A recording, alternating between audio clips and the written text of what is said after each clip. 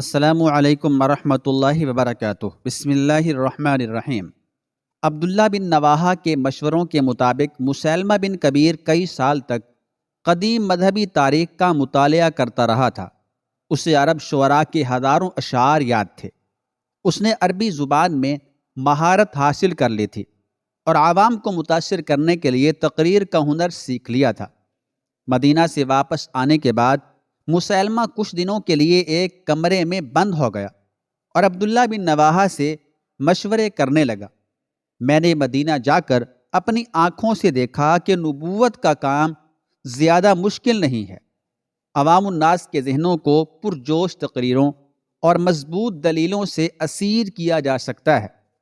پھر کس بات کی دیر ہے؟ بلا تاخیر اپنی نبوت کا اعلان کر دیجئے تاکہ یمامہ کے باشندے مدینے کا رخ نہ کریں اور انہیں اپنے گھر میں رہتے ہوئے ہدایت حاصل ہو جائے۔ عبداللہ بن نواحہ نے پرجوش لہجے میں کہا۔ وہ خود بھی مسیلمہ بن کبیر کی قیادت میں بہت دنوں سے عزت و احترام کی زندگی کا خواب دیکھ رہا تھا۔ آخر مسیلمہ کی عیار عقل نے ایک نیا منصوبہ تراش لیا اور اس نے اپنے منادیوں کے ذریعے پورے شہر میں اعلان کرا دیا کہ سردار یمامہ فلاں تاریخ کو سب سے بڑے میدان میں ایک اہم اعلان کریں گے جو تمام انسانوں کے لیے نجات کا باعث ہوگا۔ مسیلمہ کے منادی گلی گلی اور کوچے کوچے چیختے پھر رہے تھے اور یمامہ کے باشندے حیرت میں ڈوبے سوچ رہے تھے کہ آخر وہ کون سا اعلان ہوگا جس میں انسانیت کی نجات پوشیدہ ہے۔ پھر وہ دن بھی آ گیا جب شہر یمامہ کا وسیع و عریض میدان لوگوں سے بھر گیا۔ ہر طرف انسانی سر ہی نظر آ رہے تھے۔ ہجوم کی نظریں اس اونچی مسند پر جمی ہوئی تھیں جہاں مسیلمہ بن کبیر کے قریبی ساتھی بیٹھے ہوئے تھے۔ پھر جب لوگوں میں بے چینی کے آثار نظر آنے لگے تو ایک شخص نے پوری طاقت سے چیختے ہوئے کہا، سردار یمامہ جلوہ گر ہو رہے ہیں۔ حاضرین کی بے چین نظریں ایک بار پھر مسند پر جم گئیں۔ چند لمحوں بعد مسیلمہ بن کبیر اس طرح نمودار ہوا کہ اس کے سر پر سیاہ دستار تھی اور وہ کالے رنگ کی ایک لمبی عبا پہنے ہوئے تھا۔ حاضرین جلسہ احتراماً اپنی نشستوں پر کھڑے ہو گئے اور پورا میدان پرجوش نعروں سے گونج اٹھا۔ مسیلمہ بن کبیر نے اپنا ہاتھ چاروں طرف لہرایا جیسے اس نے یمامہ کے باشندوں کی عقیدت کے اظہار کو قبول کر لیا۔ یہ 10 ہجری کا واقعہ ہے۔ اس وقت مسیلمہ بن کبیر کی عمر 100 سال کے قریب تھی۔ اس عمر کے اکثر لوگ یا تو بستروں پر پڑے ہوئے اپنی زندگی کے آخری دن گزار رہے ہوتے ہیں یا پھر خمیدہ کمر کے ساتھ کھڑے ہوئے لرز رہے ہوتے ہیں، مگر سنوں سال کی زیادتی کے باوجود مسیلمہ بن کبیر کا جسم تیر کی طرح سیدھا تھا اور اس کے چہرے پر ضعیفی کے آثار تک نہ تھے۔ اے یمامہ کے لوگوں، تم پر سلامتی ہو۔ مسیلمہ بن کبیر کی آواز میں نوجوانوں سے بھی زیادہ گرج تھی۔ حاضرین جلسہ ہمہ تن گوش ہو گئے۔ خوشخبری ہو کہ میں نے تمہیں قریش کے برابر لا کر کھڑا کر دیا ہے۔ مسیلمہ بن کبیر بڑے پرجوش لہجے میں بول رہا تھا۔ اے ہمارے سردار، وہ کس طرح؟ ہجوم میں بہت سی آوازوں کا شور ابھرا۔ رب کعبہ نے قبیلہ بنو ہاشم میں محمد مصطفیٰ صلی اللہ علیہ وآلہ وسلم کو ایک رسول اور نبی کی حیثیت سے مبعوث فرمایا ہے۔ مسیلمہ بن کبیر پوری طاقت سے بول رہا تھا تاکہ دور تک اس کی آواز سنائی دے سکے۔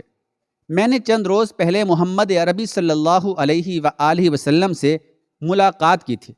رسول اللہ صلی اللہ علیہ وآلہ وسلم نے مجھے بھی اپنی نبوت میں شریک فرما لیا ہے۔ اب روئے زمین پر 2 نبی ہیں، ایک ارض مدینہ میں اور دوسرا دیار یمامہ میں۔ مسیلمہ بن کبیر کی زبان سے یہ الفاظ سن کر ہزاروں کا مجمع سناٹے میں آ گیا۔ عوام الناس میں سے کسی کو بھی یقین نہیں تھا کہ ان کا سردار ایسی بات کہے گا۔ جب مسیلمہ نے شریک نبوت کا اعلان کیا تو اس کے چند مصاحبین جو مجمع میں جگہ جگہ کھڑے ہوئے تھے نے چیخ کر نبی ہونے کی گواہی دی۔ بہت دیر تک ان فتنہ پردازوں کے نعرے گونجتے رہے مگر عوام میں سے کسی شخص نے ان کی آواز میں آواز نہیں ملائی۔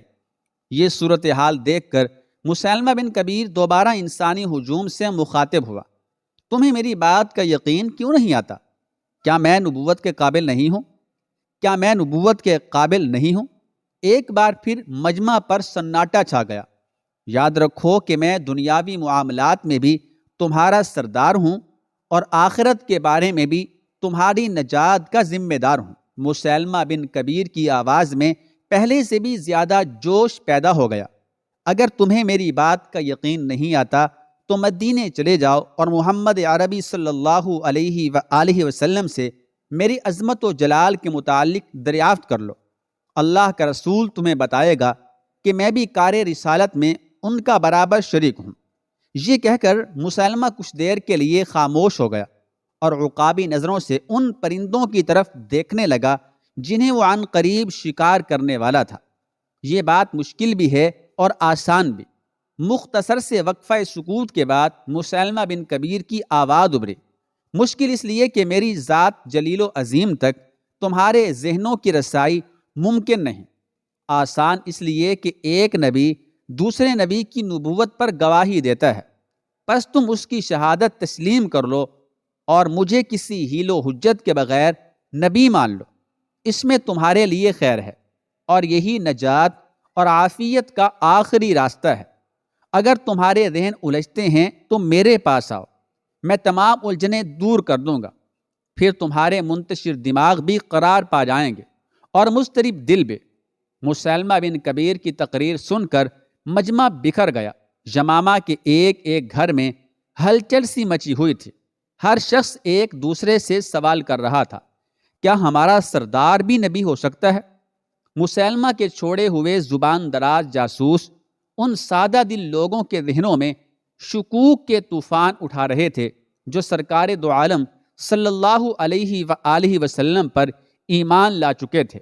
یاد رکھو کہ ایک سردار ہی نبوت کے منصب پر فائز ہو سکتا ہے۔ مسیلمہ کے مخبر یمامہ کے باشندوں کو قائل کرنے کی کوشش کرتے۔ محمد عربی صلی اللہ علیہ وآلہ وسلم کی شخصیت کا جائزہ لو۔ پہلے وہ قریش کے سردار ہیں، بعد میں انہوں نے اپنی نبوت کا اعلان کیا۔ اس طرح مسیلمہ بن کبیر بھی قبیلہ بنو حنیفہ کے سردار ہیں اور اب وہ اپنی نبوت کا اعلان کر رہے ہیں۔ ابھی اہل یمامہ کا ایمان مستحکم نہیں ہوا تھا کہ مسیلمہ کے حاشیہ بردار نو مسلموں کے ذہنوں پر منطق کی ضربیں لگانے لگے۔ نتیجتاً کچھ لوگ بہک گئے اور سردار یمامہ کی خود ساختہ نبوت پر ایمان لے آئے۔ اس کے بعد کیا ہوا، آپ تسلسل کے ساتھ یہ ایپیسوڈ دیکھیے۔ اللہ تعالی ہم سب کو ختم نبوت پر ایمان رکھنے کی توفیق عطا فرمائے، آمین۔